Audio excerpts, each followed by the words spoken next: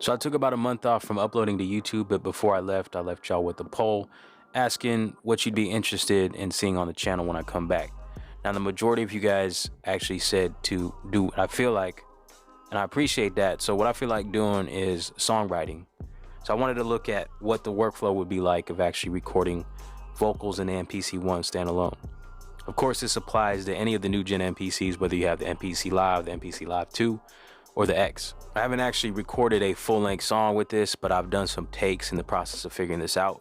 So what I want to look at is just actually creating an audio track, arming it, looking at the channel strip, creating a little bit of a vocal chain, something basic. Also looking at some of the navigation and editing you can do using the qlinks, and that's actually pretty good. I was surprised at it. When I first looked at audio tracks way back, it didn't seem too intuitive, but now that I know a little bit more about qlinks, it actually is a great way of working. So I think this is a great solution for the person who's a beat maker / songwriter who also wants to step away from the computer. So let's take a look at what I figured out. All right, so the first thing I want to look at is actually opening up an audio track. So if I look at the bottom corner of the touchscreen, it says MIDI, and that's highlighted red with this line. So next to it's the audio track. If I click on that, my audio track pops up. Now, if I had like a 2-track instrumental, like a beat already in my MPC, I wanted to load it. First, I would go to my browser, right, and load it up. Then if I click on this icon that looks like a wave, then I'll get to the actual audio track visual, where I'll see my wave recordings and all that, and where I can do my edits.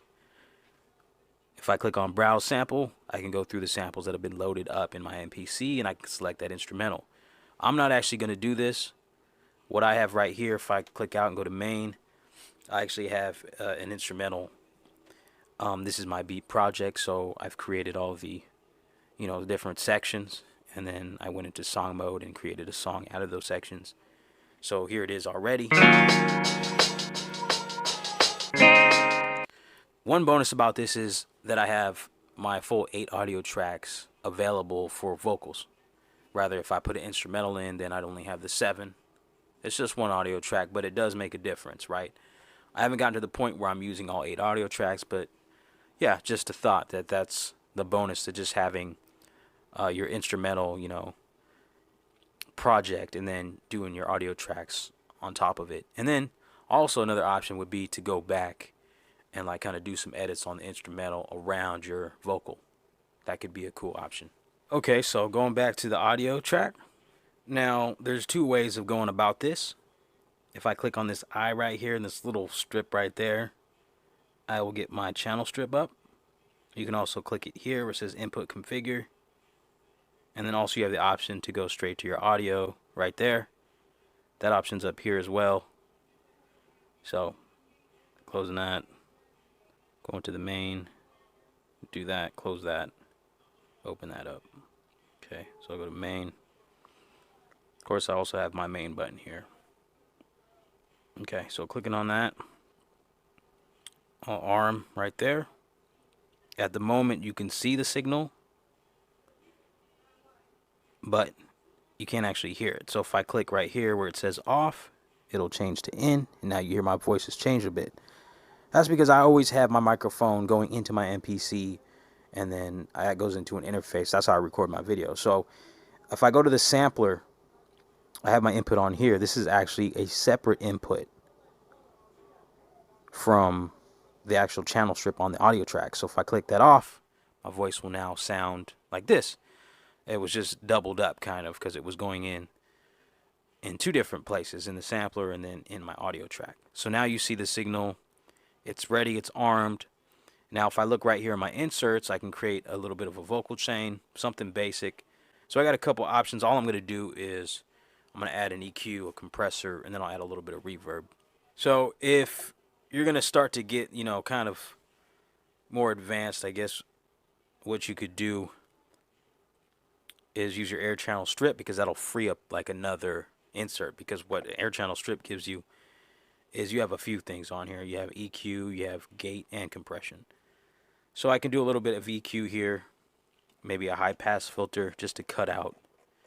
You can cut out frequencies up to 1,000 hertz there. You see a lot of that low end of my voice is kind of dropped out.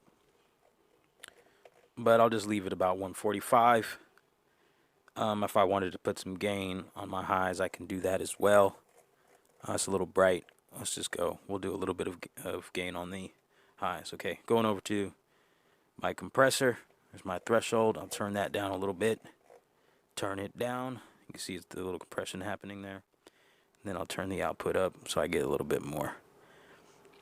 Okay. Yeah, so I'm going to keep it simple. Later down the line, as I figure this out, you know, maybe I'll add some other things. I'm going to add a reverb here. And I usually wouldn't add a reverb directly on an insert. I'll use a send and return. But just to keep things kind of simple here, I'll put it on the insert. So we'll do an air reverb. Select. But I will definitely turn this down. Let's go mix down. And I'll just do that. I'm not going to mess with all these settings. Just give you an idea that you can kind of explore for yourself. Okay. I'm going to click on this pencil icon and name this main vocal.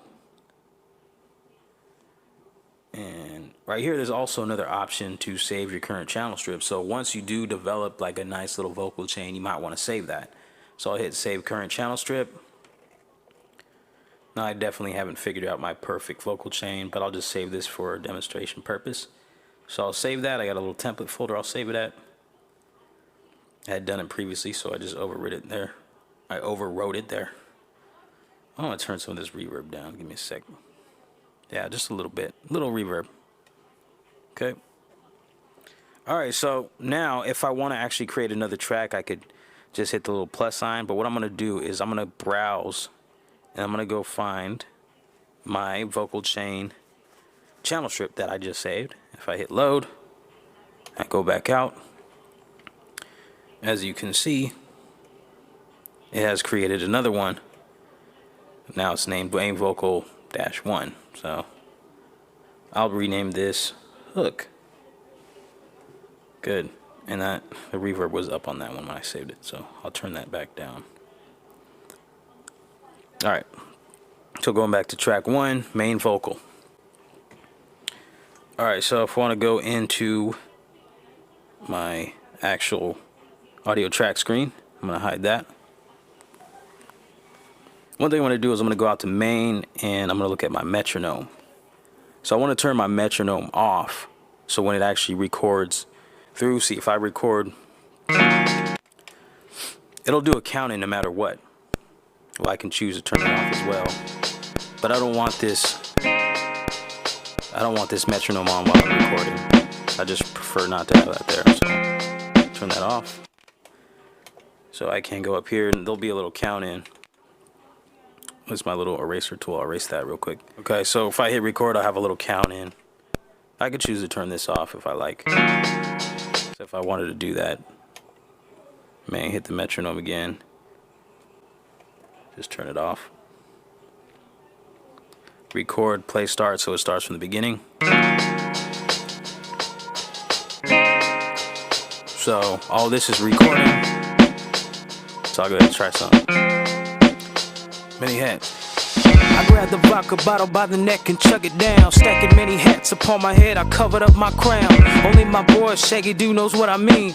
Drowning in a stream of liquor, covered up these screams. I've been dodged these many shots, beginning up for fiends and of the word for evil spirit. I've been canceling my dreams.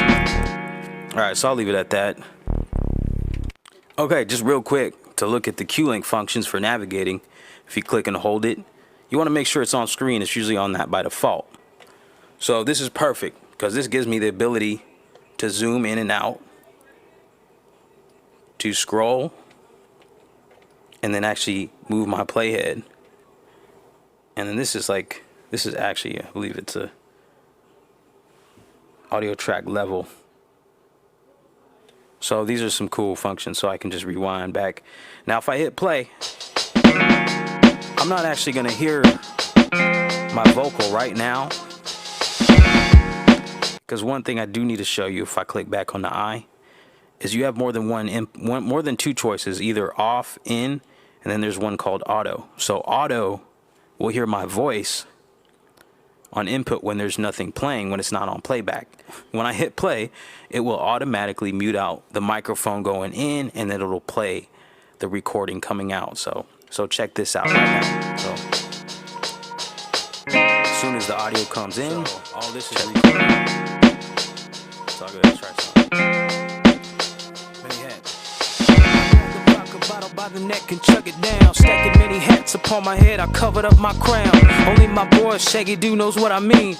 Drowning in a stream of liquor, covered up these screams. I've been dots, these many shots, beginning of a fiend. Fiend's another word for evil spirit, I've been canceling my dreams. Okay, so from here you could also do your edits, you know. I have control of this. All this right here. Prior to that, I was just talking, so I don't need that. I can use my scissors, cut, then use my eraser and delete that. I could probably zoom in some more and then cut even more. Go out right there. There you go.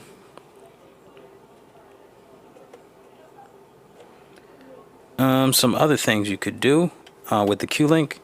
So if I look over here on qlink light number 3, let's go on 3. Then if I have multiple tracks, I can actually change them from here. And then I could, you know, start doing some overdubs or doing another section, another verse, a hook, whatever it is. All right, so that's the video. Hopefully it helps some of you guys out. Once I get a full song actually recorded, I'm sure I'll have some more to learn, some more to share. I want to give a big thank you to the King of Caesar for actually encouraging me to do some more songwriting. When he saw my rhythm and poetry thing I did, you know, a few months back, he challenged me to a 1 song a month challenge. So I really appreciate that. That was an encouragement. If you haven't heard of or subscribed to the King of Caesar, please do. I'll leave a link to his YouTube channel in the description of this video. So other than that, please leave a comment, a like if you like it, a dislike if you dislike it. Maybe share your experiences if you tried this out, some things that you learned, how you feel about it. I was on the MPC forums and I actually came across a thread about this, and someone was saying that there's a limitation to 5 minutes per audio track. So if you go over 4:59, you're gonna run into some issues. It's the first time I ever heard about it. I don't think I'll run into that issue because I'll be doing different takes, you know, verses, choruses, and those won't be 5 minutes long. So yeah, other than that, let me know what you think. Until next time, everybody, stay humble, lift noise, and God bless.